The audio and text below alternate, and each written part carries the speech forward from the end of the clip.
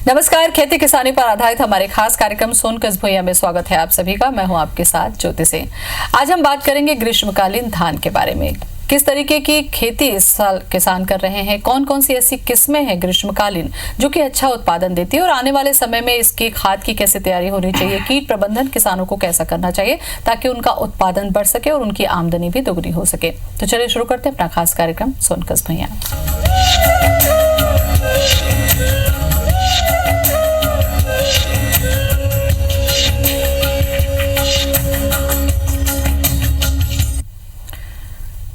और इसी पर ज्यादा जानकारी देने के लिए हमारे साथ स्टूडियो में मौजूद हैं डॉक्टर सुनीत चतुर्वेदी। सुनीत जी, बहुत बहुत स्वागत है आपका।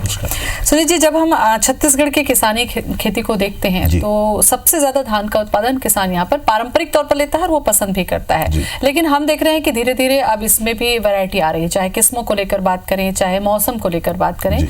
ग्रीष्मकालीन जो धान की खेती किसान करता है, क्या इसमें अलग तरह की किस्में इस्तेमाल करता है किसान, या फिर जल्दी पकने वाली, मतलब विविधताएं किस तरीके की लेता है इसमें? देखिए, क्वेश्चन बहुत अच्छा है। इसमें है ये कि जो खरीफ सीजन के अंदर जो वैरायटी यूज करते हैं, जैसे 1010 स्वर्णा, इसमें थोड़ा सा डिफरेंस इसलिए करना पड़ता है कि हमारे छत्तीसगढ़ के अंदर जो वाटर रिसोर्सेज है वो वाटर रिसोर्सेज थोड़ा सा कमजोर पड़ जाता है। अगर हम लॉन्ग ड्यूरेशन वाली अगर वैरायटी लेते हैं तो हम पानी उसको खेत को नहीं दे पाते हैं। इसके कारण क्या होता है, हमारा प्रोडक्शन डाउन होता है। तो हम यहाँ पर अनुशंसा ये करते हैं कि हाइब्रिड वैरायटीज जितनी भी हैं, चाहे वो बायर की हो, चाहे वो PHI की हो, जिसकी कंपनी की है, 6444 है, 1010 है, बहुत सारी वैरायटियां हैं जो हाइब्रिड्स आती हैं। इनका ड्यूरेशन 110-115 दिन का होता है। अच्छा, अगर हम स्वर्णा पे जाते हैं, स्वर्णा 135 दिन की वैरायटी है, जो करीब 15-20 डेज का डिफरेंस आ रहा है। ये डिफरेंस हमारे लिए बहुत क्रिटिकल होता है क्योंकि उस समय फ्लावरिंग स्टार्ट होती है। अगर फ्लावरिंग के टाइम पर या मिल्किंग स्टेज पर हम अगर खेत में पानी नहीं दे पाते हैं तो आप ये मान लीजिए हमारा प्रोडक्शन ऑटोमेटिक डाउन हो जाएगा। तो यहाँ पर किसान भाइयों की सलाह मेरी ये है कि आप जो भी लगाते हैं, गर्मी वाले किसान, इसके लिए तो आपको हमेशा 110-115 दिन की वैरायटी को ही हमें यूज करना चाहिए, जिससे आप अच्छा उत्पादन ले सके और पानी की स्कैर्सिटी को आप फसल पे कोई भी प्रतिकूल प्रभाव नहीं पड़ेगा। बिल्कुल। सुनीत जी, जब हम धान की खेती पर चर्चा करते हैं तो अगर हम बात करते हैं छत्तीसगढ़ के मौसम की, तो सबसे ज्यादा गर्मी भी यहाँ पर पड़ती है, लेकिन दूसरी तरफ आप देखिए धान का उत्पादन भी किसान लेते हैं। बड़ा विरोधाभास है, लेकिन ये होता है। ऐसे में पानी जिनके पास में अच्छा है, जिन खेतों के पास में पानी की उपलब्धता है, तो क्या वो वैरायटी वाले धान ले सकते हैं, यहाँ पर लंबे समय वाली धान ले सकते हैं? हाँ बिल्कुल, ये सही बात है। अगर हमारे पास वाटर रिसोर्सेस हैं और पानी हम बराबर दे सकते हैं तो हमको, मेरी जो अनुशंसा है कि स्वर्णा वैरायटी जितना अच्छा ईल्ड आपको दे सकती है, 1010 जितना अच्छा ईल्ड दे सकता है, वो उतना अच्छा हाइब्रिड भी नहीं दे सकता है, क्योंकि इन वैरायटीज की ईल्ड इन्फिनिटी है। ये 40 से 50 कुंटल तक ईल्ड देने की कैपेसिटी रखती हैं। बशर्ते होता ये है कि हमारे जो रिसोर्सेज हैं उन रिसोर्सेज को प्रॉपर तरीके से उनको तक नहीं देते हैं तो हमारी ईल्ड कम हो जाती है। तो अनुशंसा यहाँ पर ये है कि अगर पानी हमारे पास उपलब्ध है तो हमको स्वर्णा और 1010 पे ही जाना चाहिए, ना कि हाइब्रिड। बिल्कुल। अब जो किसान हैं वो लगा चुके हैं फसल, उनकी आगे बढ़ चुके हैं, और ऐसे में अब जो स्थिति है यहाँ पर खेती किसानी के लिहाज से जो महत्वपूर्ण जानकारी हो जाती है वो क्या है? देखिए, ऐसा है कि इम्पोर्टेंट चीज जो है, आपने सोइंग बुआई करने के बाद आपकी आज की तारीख में फसल अप्रोक्स 10 से 15-20 दिन की हो चुकी है। तो यहाँ पर सबसे इंपॉर्टेंट रोल अदा होता है खरपतवार का। अगर आपने अपने खेत में खरपतवार या वन का नियंत्रण नहीं किया तो आप ये मान लीजिए कि आपकी जो फर्टिलाइजर है, आपका जो पानी है, आपका जो स्पेस है, ये आपका पूरा वन कवर कर लेगा। आपकी जो मेन फसल है, उस मेन फसल में आपको स्पेस नहीं मिलेगा तो टिल्लिंग नहीं होगी। फर्टिलाइजर डाला है, अगर फर्टिलाइजर कंज्यूम कर लिया उसने तो आपके फसल को फर्टिलाइजर नहीं मिलेगा। इसलिए यहां पर हमारी अनुशंसा है कि आप फर्टिलाइजर और इन सब की बचत करने के लिए पहले खरपतवार नियंत्रण करना बहुत जरूरी है। खरपतवार नियंत्रण आप 3 प्रकार से कर सकते हैं। एक है मैकेनिकल, आप उसको कुल्पा चला के या उससे किसी हैरो से चला के आप नियंत्रण कर सकते हैं मैकेनिकली। एक हैंड वीडिंग होता है, हाथ से भी कर सकते हैं। बट आज की तारीख में मजदूर की जो समस्या आ रही है वो मजदूर समस्या बहुत ज़्यादा है। तो आज बहुत प्रकार के केमिकल्स आ चुके हैं बाजार में, इतने अच्छे केमिकल्स आ चुके हैं कि आप उस पर डाल दीजिए, सिर्फ और सिर्फ सिलेक्टेड वन ही मरेगा, आपके धान की फसल पर कोई अंतर नहीं पड़ेगा। किसान भाइयों को यहाँ पर हम सलाह देना चाहते हैं कि आप किसी के बरगलाने से या किसी भी ऐसी दवाई का उपयोग मत करिए कि जिसमें रेसिडुअल इफेक्ट डेवलप हो जाए सॉइल के अंदर। अगर सॉइल के अंदर रेसिडुअल डेवलप हो जाता है तो आपका कहीं ना कहीं इंपैक्ट ये यील्ड के ऊपर डालेगा। तो आज की तारीख में नॉमिनी गोल्ड एक पॉपुलर हर्बिसाइड है धान के लिए जो खड़ी फसल पर डलता है। आप सब लोग जानते हैं नॉमिनी गोल्ड, पाईमिक्स और लेगेसी। आज नॉमिनी गोल्ड करीब 5 साल से 6 साल से चल रहा है छत्तीसगढ़ के अंदर। आज हमारी गवर्नमेंट भी उसकी अनुशंसा करती है और हो सकता है किसी एरिया में बहुत ज्यादा उपयोग करने के बाद बीट फ्लोरा भी चेंज हो जाता है। तो बीट फ्लोरा अगर चेंज हुआ है मतलब वन का सेगमेंट चेंज हुआ है तो हम यहां पर रिकमेंडेशन करते हैं कि आप जो है लेगेसी, पाईमिक्स एंड नॉमिनी गोल्ड तीनों को मिला के डालते हैं तो आपका संपूर्ण खरपतवार से नियंत्रण हो जाता है। अगर आपको ऐसा लगता है कि हमारे यहाँ ब्रॉड लीफ है तो ब्रॉड लीफ के लिए आप पाईमिक्स के डाल सकते हैं। नैरो लीफ है, नैरो लीफ के लिए आप नॉमिनी गोल्ड डाल सकते हैं। नैरो और ब्रॉड लीफ है, चौड़ी और सकरी पत्ती है तो आप दोनों को मिला के डाल सकते हैं। इसके अलावा अभी बहुत सारी कंपनियों के और नए नए वीडिसाइड्स आ रहे हैं, जैसे एसआर्ट आ रहा है और बहुत सारी दवाएं आ रहा है। इनको भी किसान भाई हम उनकी रिकमेंडेशन करते हैं कि आप उनको भी उपयोग कर सकते हैं as per condition of the field.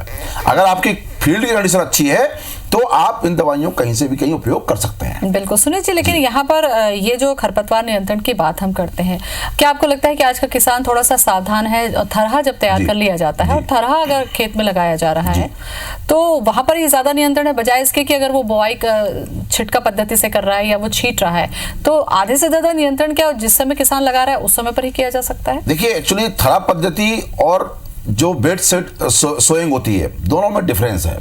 Bed sowing इसलिए करना स्टार्ट लोगों ने किया है कि हमारी लेबर की प्रॉब्लम स्टार्ट हो गई है। अगर हम थरा लगाते हैं, थरा को ट्रांसप्लांट करने में जो कॉस्ट आ रही है, जो लेबर की समस्या आ रही है, या हमारे पास पानी का रिसोर्सेज प्रॉपर पडलिंग के लिए नहीं होता है तो हम लोगों को थरा पद्धति में नहीं जाना पड़ रहा है। अगर हमारे पास रिसोर्सेज प्रॉपर है, लेबर है तो हम थरा पद्धति से डालिए। राइट, यहां पर हमारी रिकमेंडेशन ये होती है कि अगर थरा हमने लगाया है, थरा उखाड़ने से पहले हमें वहां पर वीड्स और इंसेक्ट का नियंत्रण कर लेना चाहिए। क्यों? अगर हमने वहां पर नहीं किया तो वो सारा जितना भी हमारा पौधे हैं, ये पौधे हम ट्रांसप्लांट करेंगे मेन फील्ड के अंदर। जब मेन फील्ड में करेंगे तो आपको इंपैक्ट वहां दिखाई देगा। वहां पर कॉस्ट ऑफ कल्टीवेशन बढ़ जाता है। अगर हम थरा में कर रहे हैं तो 10x10 में कर रहे हैं। इट मीन्स कि जो काम 50 रुपए में होने वाला है वो वहां 500 रुपए में काम होगा। तो हमारी किसान भाइयों को रिकमेंडेशन है कि आप लोग वीडीसाइड, नॉमिनी गोल्ड या दूसरे जो वीडीसाइड मार्केट में है उसको आप थरा में पहले ट्रीट कर लीजिए।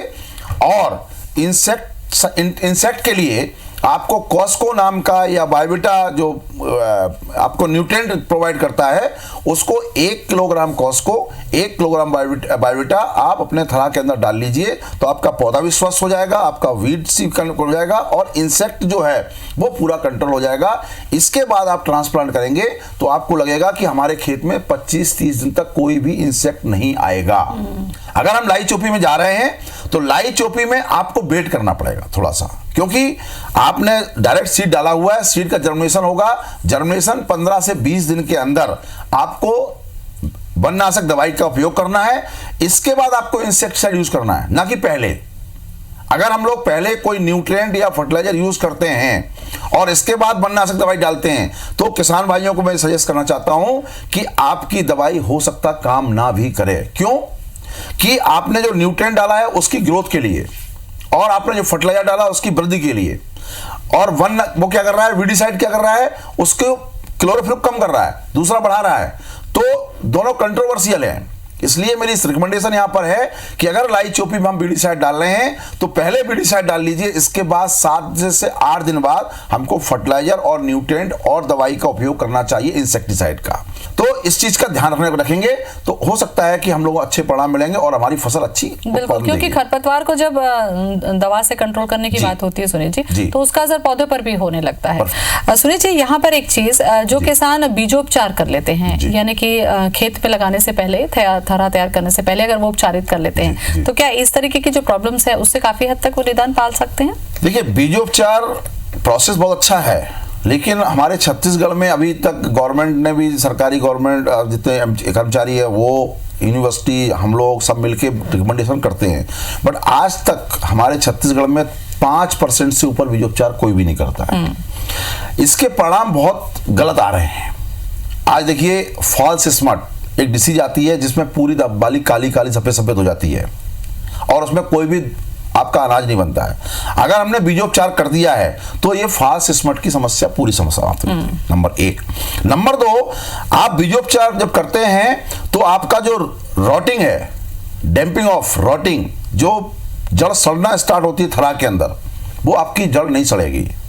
यहां पर हम एक रिकमेंडेशन करना चाहेंगे, अगर किसान भाई उसको नोट करते हो तो नोट कर लीजिए कि बीटावैक्स पावर करके एक दवाई आती है। बीटावैक्स पावर 2 ग्राम 1 किलो बीज के अंदर आपको मिलाना है और उसको छाया में सुखाना है। सुखाने के बाद अगर हम बुवाई करते हैं तो आपकी बहुत सारी डिसीजेस, रोटिंग, दान का जो बीज है वो खराब नहीं होगा आपका जब जमीन में डालेंगे, ये सारे कंट्रोल होंगे। तो बीजोपचार हमारे लिए बहुत आवश्यक है, हमारे अच्छे उत्पादन और स्वस्थ सप्लाई बीज के लिए। बिल्कुल, अगर पारंपरिक तौर पे भी देखें तो जैसा आपने बताया किसान करते रहे हैं, आगे भी इसको किसान भाई ध्यान कर सकते हैं। लेकिन अभी जो स्थिति है 10-15 दिन का समय हो चुका है और चर्चा हम कर रहे हैं कि खरपतवार के बाद जो महत्वपूर्ण किसान कदम उठाएंगे वो है खाद का। तो खाद भी क्या किस्मों के आधार पर किसान देते हैं, ग्रोथ के आधार पर देते हैं, या फिर एक समय हो चुका है उस आधार पर भी दिया जाता है? देखिए, हमारे छत्तीसगढ़ में यूरिया एक ऐसा फर्टिलाइजर है जो हर आदमी यूज करता है और भरपूर यूज करता है। यूरिया का काम है आपकी वेजिटेटिव ग्रोथ को बढ़ाना, बट उसका सर्वांगीण विकास करना नहीं है। हमको भूसा नहीं चाहिए, हमको दाना चाहिए, यील्ड। यहां पर हम किसान भाई रिकमेंडेशन करते हैं कि बैलेंस फर्टिलाइजर यहां पर डालना चाहिए। इसमें नाइट्रोजन और फास्फोरस और पोटास, ये तीनों मेजर फर्टिलाइजर होते हैं। नाइट्रोजन हमको 60 किलोग्राम 1 एकड़ में और 40 किलोग्राम 1 एकड़ में पोटास और फास्फोरस दोनों मिला के। इसके बाद जिंक और सल्फर, ये नितांत आवश्यक है डालने के लिए। अब इसमें नाइट्रोजन का सवाल आता है, नाइट्रोजन हमें डालना कैसे है, फास्फोरस डालना कैसे है, पोटास कैसे डालना है। फास्फोरस और पोटास ये दोनों फिक्सेबल न्यूट्रिएंट हैं जो जमीन में आप डालते हो फिक्स हो जाते हैं। इनको हमें बुवाई से 10 दिन पहले या 5 दिन पहले या पडलिंग के समय हमें खेत में डाल देना चाहिए। नाइट्रोजन में डीएपी ट्रेस एलिमेंट्स होता है जिसमें नाइट्रोजन बहुत कम 18% होती है, यूरिया में 46% होती है। तो हमें यूरिया बुवाई के समय कभी उपयोग नहीं करना चाहिए। हमको डाइअमोनियम फॉस्फेट, पोटास और फास्फोरस हमें बुवाई के समय ही डाल देना चाहिए, जिससे कि जब पौधा उसको लेने लायक हो जाए तो वो 10-15 दिन के अंदर अपने को कन्वर्ट करके प्लांट को डायरेक्ट सप्लाई देना स्टार्ट कर दे। अदरवाइज किसान भाई क्या करते हैं कि हमारी बुवाई के 20 दिन बाद हम डीएपी और पोटास और फास्फोरस डालते हैं, तो वो 10 दिन के बाद सप्लाई की मात्रा में आता है, तब तक प्लांट की आवश्यकता खत्म हो जाती है। तो यहां पर फर्टिलाइजर हमें बिल्कुल बैलेंस डालना चाहिए और समय, फर्टिलाइजर डालने का समय बहुत इंपॉर्टेंट है। आपने अगर यूरिया डालना है तो यूरिया अगर आप 100 kg डालना है, 60 किलो के लिए आपको अगर 100 kg यूरिया डालना है तो आप पहले टॉप ड्रेसिंग में आपको 25 किलो यूरिया डालना है, सेकंड टॉप ड्रेसिंग में आपको डालना है 45 किलो और थर्ड में आपको बैलेंस सारा यूरिया डाल देना है। अगर आप फर्स्ट में 45 किलो डालेंगे तो आप ये मान लीजिए आपके पौधों में बहुत सारे इंसेक्ट और डिसीज अट्रैक्ट होंगे, क्योंकि उसकी पत्ती बहुत मुलायम और लसलसी हो जाएगी, जिसके कारण उसका जो मादा है वो अट्रैक्ट होगी और उस पर एग लेइंग करेगी और उसके बच्चे को खाने के लिए बढ़िया फूड मिल जाएगा। सुनील जी, अगर हम देखें धान के लिए जो महत्वपूर्ण था, सबसे पहले पानी पर हमने चर्चा की, खरपतवार पर चर्चा की और उसके बाद जो ग्रोथ के लिए खाद और दाने के लिए जो चर्चा की वो की। लेकिन इन सबकी सावधानी रखने के बाद भी हम कीटों का प्रकोप या कीट प्रबंधन जो होता है वो किसान को करना बहुत जरूरी होता है। कौन कौन से कीट ग्रीष्मकालीन धान के लिए खतरनाक होते हैं? जी, एक्चुअली खरीफ और रबी दोनों सीजन में बहुत डिफरेंस है। खरीफ में हमारा बारिश होती रहती है, बारिश के कारण बहुत सारा कंट्रोल हमारा इंसेक्ट रहता है, लेकिन रबी सीजन में ऐसा नहीं होता है। रबी सीजन में बहुत सीवियर इन्फेस्टेशन होता है और जैसे जैसे टेम्परेचर बढ़ता है वैसे वैसे हमारे केमिकल्स भी डिग्रेड होना स्टार्ट हो जाते हैं, उनका असर खत्म हो जाता है। उनका असर बहुत कम होने लगता है। तो किसान भाइयों के लिए सबसे पहले समझदार जानकारी होना जरूरी ये है कि हमारे खेत में कौन कौन से इंसेक्ट कीड़े आ सकते हैं। सबसे पहला जो दुश्मन आज की पोजीशन रबी सीजन में जो प्रॉब्लम करता है वो है तनाछेदक।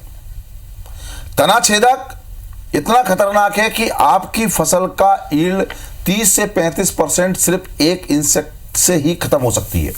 क्योंकि ये डेड हार्ट डेवलप कर देता है। तो यहां पर हमको ये इंसेक्ट कंट्रोल करना बहुत जरूरी है।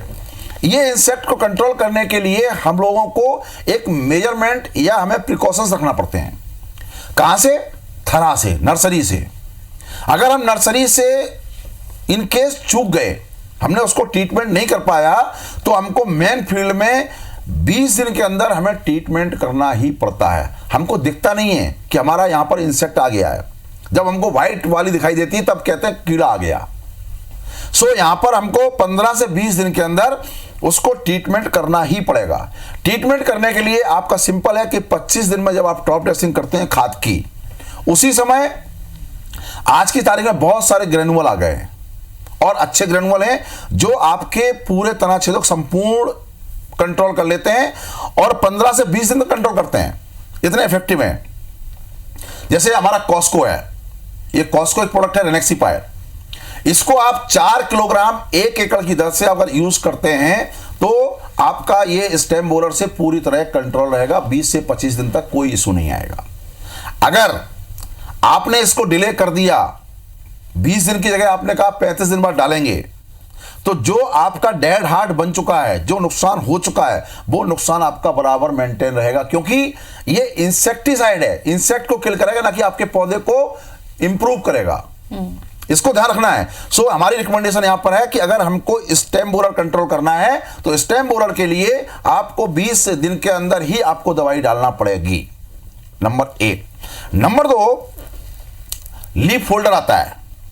लीफ फोल्डर पत्ता मोड़क आता है। पत्ता मोड़क जो कीड़ा होता है वो आपकी पत्ती को पूरा सकोड़ लेता है, जिसके कारण फोटोसिंथेसिस क्रिया नहीं होती है, आपका पौधा खाना नहीं बना पाता है और पूरी पत्ती वाइट वाइट हो जाती है, क्लोरोफिल पूरा खा जाता है।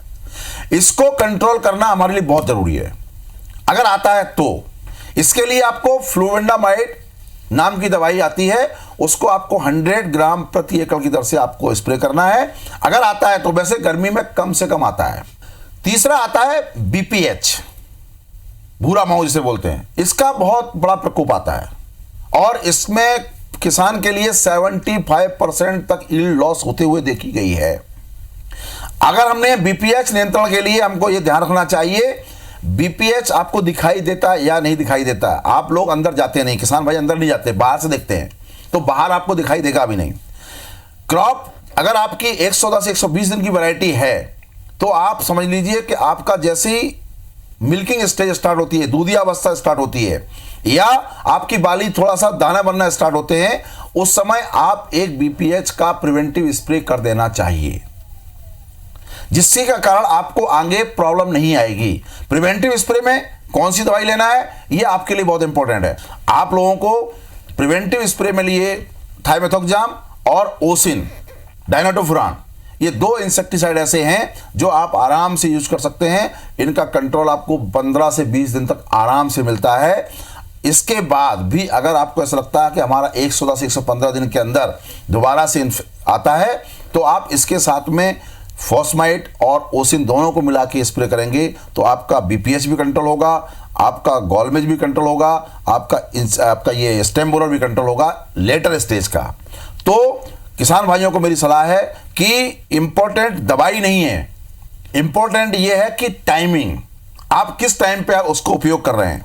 दवाई तो सारी काम करती हैं, बट आपने अगर टाइम छोड़ दिया तो आपका दवाई कुछ काम नहीं करेगा। अच्छा, इस पे एक सवाल और मैं करना चाह रही थी कि ये तो आपने बताया कि स्थिति, कई बार ऐसा होता है ना कि धान में बालियां आ चुकी हैं लेकिन दाने जो भरना चाहिए वो नहीं भर पाता, तो क्या ये भी किसी कीट की वजह से होता है? हाँ, यस। हमारे छत्तीसगढ़ में ऐसा गंधी बग का बहुत प्रकोप नहीं होता क्योंकि हमारे इंसेक्ट से चलते रहते हैं, बट यस, गंधी बग अगर कभी आता है या हमारे यहाँ कभी स्टेम बोरर कभी आ जाता है, बहुत सीवियर इन्फेस्टेशन होता है, उसकी वजह से हमारी दानों में बालियां नहीं बनती, बाली में दाना नहीं बनता है। लेकिन यहां पर एक फैक्टर और है, कभी कभी फॉल्स स्मट नाम की डिसीज आती है। ये फॉल्स स्मट जो होता है ये पूरा पाउडर, दाने का पाउडर बना देता है। अगर आपने सीड ट्रीटमेंट नहीं किया इन केस, तो आप लोग ध्यान रखिएगा, आपको करीब मिल्की स्टेज जब आती है 60 से 65-70 दिन की अवस्था होती है, उस समय प्रोपिकोनाजोल नाम की दवाई आती है, उसका हमें स्प्रे जरूर करना चाहिए। अगर हम प्रोपिकोनाजोल स्प्रे नहीं कर पाते हैं तो आपका पूरा दाना दाना बेकार हो जाएगा। बिल्कुल, तो ये जो तमाम जानकारी आज आपने विस्तार से दी, बहुत बहुत धन्यवाद। Thank you very much. तो ग्रीष्मकालीन धान पर विस्तार से चर्चा आज हमने की है, ताकि किसान जो स्टेप आगे आते जा रहे हैं उस पर समय का ध्यान रखें और सीमा का भी ध्यान रखें, ताकि आपका उत्पादन बहुत अच्छा हो सके। फिलहाल इतना ही, मुझे दें इजाजत, नमस्कार।